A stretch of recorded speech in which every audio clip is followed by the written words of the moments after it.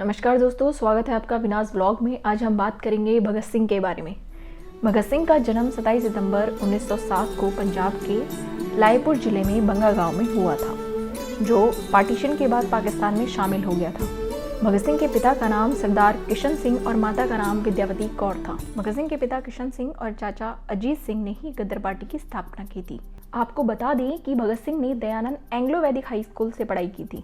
जब भगत सिंह 11 साल के थे तब 1919 में हुआ जलियांवाला बाग हत्याकांड का उनके मन पर गहरा असर हुआ था। वहां जब भगत सिंह गए तो उन्होंने हजार मासूम लोगों की चीखों को महसूस किया था। उस मिट्टी में लोगों के खून के धब्बे पड़े हुए थे। ये देखकर उनकी आंखें भर आई और भारत माता से प्रण लिया कि मैं इन लोगों की कुर्बानी का बदला लेके रहूंगा। आपको विस्तार में बता दूं कि 1919 में ब्रिटिश सरकार द्वारा भारत में उभर रहे राष्ट्रीय आंदोलन को कुचलने के लिए रॉरेट एक्ट लाया गया था, यानी ब्रिटिश सरकार किसी भारतीय पर अदालत में बिना मुकदमा चलाए उसे जेल में बंद कर सकती थी। जलियांवाला बाग में 13 अप्रैल 1919 को रॉरेट एक्ट का विरोध करने के लिए सभा हो रही थी। तभी जनरल डायर ने भीड़ पर गोलियां चलवा दी थी, जिसमें 500 से ज्यादा लोग मारे गए थे और 1000 से ज्यादा लोग घायल हुए थे। ये सुनने में आया था। महात्मा गांधी इन सब चीजों को ठीक करने के लिए पंजाब जाना चाहते थे, लेकिन ब्रिटिशर ने गांधी जी को नहीं जाने दिया और कहा अगर तुम गए तो जेल में डाल दिए जाओगे। तब गांधी जी ने 1920 में नॉन कॉर्पोरेशन मूवमेंट छेड़ दिया था, यानी असहयोग आंदोलन छेड़ दिया था। लेकिन 1922 में चौरी चौरा इंसिडेंट होने के कारण गांधी जी ने नॉन कॉर्पोरेशन मूवमेंट को वापस ले लिया था, जिससे भगत सिंह टूट गए थे। यहीं से शुरुआत हुई महात्मा गांधी और भगत सिंह के आइडियोलॉजिकल डिफरेंस की। दोनों एक दूसरे की बहुत इज्जत करते थे, लेकिन विचारों की नहीं।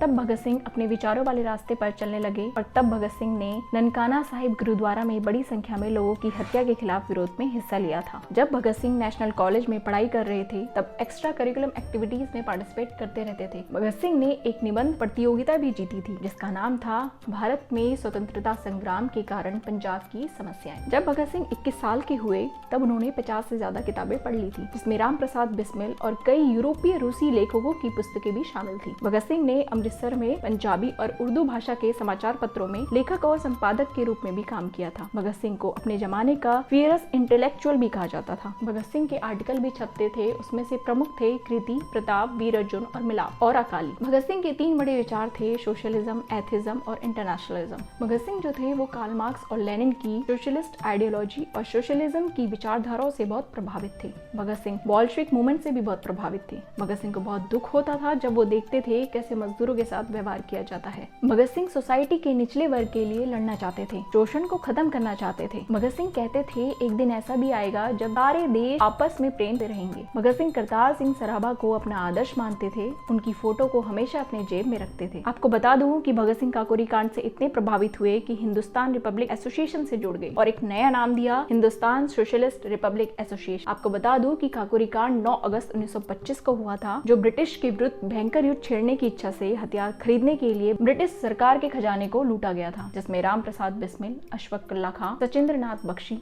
राजेंद्र नाथ लाहिड़ी, मुकंदीलाल, चंद्रशेखर आजाद आदि शामिल थे। इन्होंने शाहजहांपुर से लखनऊ जा रही नंबर 8 डाउन ट्रेन को लूटा था, ताकि ब्रिटिश सरकार के खजाने को लूटा जा सके। अगले दिन काकोरी के पास सनसनीखेज डकैती की खबर अखबारों में छप गई थी। फिर ब्रिटिशर ने क्रांतिकारियों पर नजर रखनी शुरू कर दी। उसके बाद कुछ को फांसी की सजा और कुछ को काले पानी की सजा सुनाई गई थी। 30 अक्टूबर 1928 की बात है, जब साइमन कमीशन भारत आया, लाला लाजपत राय ने गो साइमन बैग के नारे लगाए। तभी जेल से स्कॉट ने लाठीचार्ज के ऑर्डर दिए, तो पुलिस ने लाला लाजपत राय की छाती पर लाठियां बरसाई, तो तभी वो बुरी तरह से घायल हो गए और फिर 17 नवंबर 1928 को उनकी मृत्यु हो गई। तब भगत सिंह ने ठान लिया कि वो लाला लाजपत राय की मौत का बदला लेके रहेंगे। तब भगत सिंह और उनके साथियों ने मिलकर पुलिस सुप्रिंटेंडेंट स्कॉट को मारने की योजना बनाई। एएसपी सॉन्डर्स के आते ही राजगुरु ने उनके सर पर गोलियां मार दी। फिर भगत सिंह ने भी उन पर गोलियां चलाई। जब ये मारकर भागने लगे तो सिपाही चनन सिंह उनका पीछा करना शुरू कर दिया। तो चंद्रशेखर आजाद ने सिपाही चनन सिंह को वार्निंग देते हुए कहा, आगे बढ़े तो गोली मार दूंगा। मैं किसी भारतीय पर गोली नहीं चलाना चाहता। लेकिन सिपाही के ना मानने पर चंद्रशेखर आजाद ने गोली चलाकर भाग गए। इस तरह भगत सिंह और उनके साथियों ने मिलकर लाला लाजपत राय की मौत का बदला लिया। भगत सिंह वेशभूषा बदलकर हाई क्लास लुक रखकर और सुखदेव नौकर बनकर और भगवती चरण की बीवी दुर्गावती, जो भगत सिंह की भाभी थी, वो भगत सिंह की पत्नी बनकर लाहौर चले गए।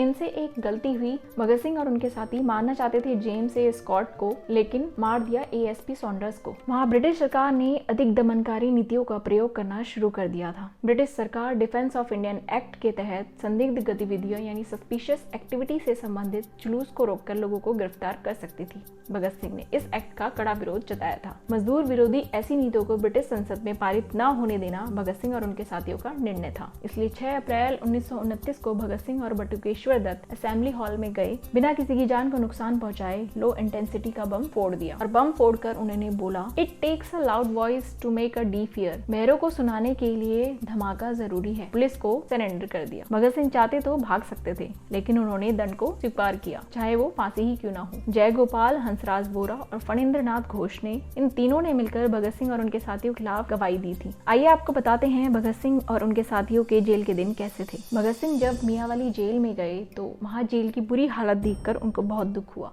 भगत सिंह ने देखा कि भारतीयों के साथ जेल में भी भेदभाव किया जा रहा है। पहनने के लिए वर्षों पुराने कपड़े दिए जा रहे हैं, खाने के आसपास चूहे मंडरा रहे हैं और उसी खाने को खिलाया जा रहा है। जेल की बुरी कंडीशन को देखकर भगत सिंह और उनके साथियों ने हंगर स्ट्राइक रखी। भगत सिंह ने हंगर स्ट्राइक ना करने के लिए अपनी कुछ मांगे रखी थी, जो सफिशिएंट खाना दिया जाए, अच्छे से व्यवहार किया जाए, जानवरों की तरह सलूक ना किया जाए, पढ़ने की आजादी हो। लेकिन उनकी मांगों को पूरा नहीं किया गया। तब भगत सिंह और उनके साथियों की हंगर स्ट्राइक तोड़वाने के लिए ब्रिटिशर ने उनको टॉर्चर भी किया। बर्फ की सिल्लियों पर उनको पीटा गया, नाखून उनके उखाड़ दिए गए, चमड़ों की बेल्ट से उनको मारा गया। उससे भी बात नहीं बनी तो 116 दिनों की अनशन पर उन्हें पानी तक नहीं दिया गया। लेकिन 13 सितंबर 1929 को यतीन्द्रनाथ दास ने भूख हड़ताल की वजह से दम तोड़ दिया। भगवती चरण जब जेल की दीवार को तोड़ने के लिए रावी नदी के तट पर बॉम्ब की टेस्टिंग कर रहे होते हैं, तब बॉम्ब उनके हाथ में ही फूट जाता है, जिससे उनकी उसी समय जान चली जाती है। भगत सिंह और उनके साथियों को जेल से बाहर निकालने का प्लान उनका फेल हो जाता है। 7 अक्टूबर 1930 को भगत सिंह, राजगुरु और सुखदेव को फांसी की सजा सुनाई जाती है। औरों को आजीवन कारावास की सजा सुनाई जाती है। वहीं जेल में भगत सिंह का परिवार उनसे मिलने भी आता है।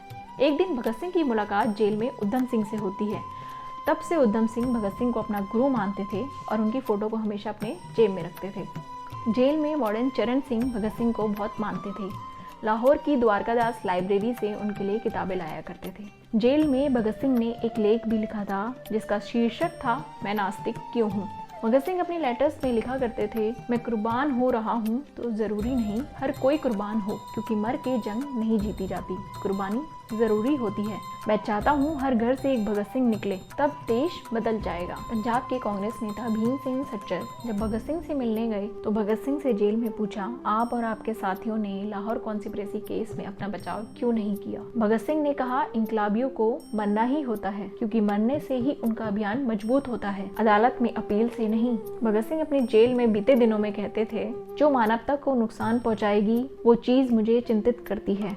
और लिखते थे, इस कदर वाकिफ है मेरी कलम मेरे जज्बातों से कि मैं इश्क भी लिखना चाहूँ तो इंकलाब लिखा जाता है। आपको बता दें कि भगत सिंह ने कोई मर्सी पिटीशन भी नहीं लिखी थी, पर पंजाब गवर्नर को पिटीशन जरूर लिखी थी कि उनको फांसी की बजाय सीधे गोली मारी जाए, लेकिन ये बात नहीं मानी गई। मदन मोहन मालवीय, महात्मा गांधी और अन्य लोगों ने वॉइस रॉय को सजा माफी के लिए अपील दायर की थी। यह सब कुछ भगत सिंह की इच्छा के खिलाफ हो रहा था, क्योंकि भगत सिंह नहीं चाहते थे कि उनकी सजा माफ की जाए। 23 मार्च 1931 को शाम के करीब 7:33 पर भगत सिंह और उनके साथी सुखदेव, राजगुरु को फांसी दे दी गई। फांसी होने से पहले भगत सिंह लेनिन की जीवनी पढ़ रहे थे। तब भगत सिंह को ले जाने के लिए आए तो भगत सिंह ने बोला, ठहरिए, पहले एक क्रांतिकारी दूसरी क्रांतिकारी से मिल तो ले, फिर ठीक है बोलकर चल दिए। फांसी होने से पहले राजगुरु, सुखदेव और भगत सिंह एक दूसरे से गले मिलते हैं, फांसी के फंदे को चूमते हैं। आपको बता दूं कि भगत सिंह, राजगुरु और सुखदेव को 11 घंटा पहले ही फांसी दे दी जाती है।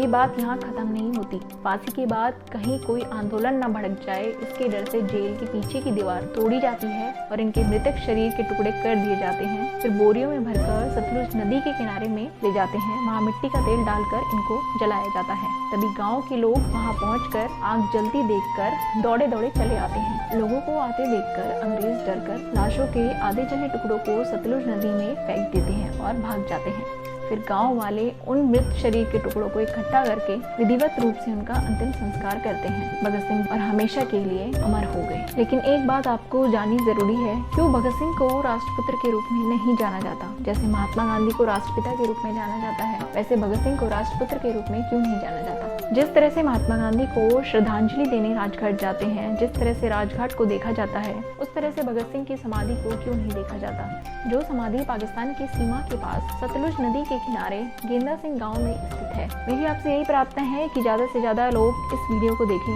भगत सिंह के बारे में जानें, कमेंट में बताएं आपको उनकी बायोग्राफी कैसी लगी। पसंद आई तो शेयर ज़रूर करें। मेरी और वीडियोस को देखने के लिए आप मेरी प्लेलिस्ट में भी जा सकते हैं।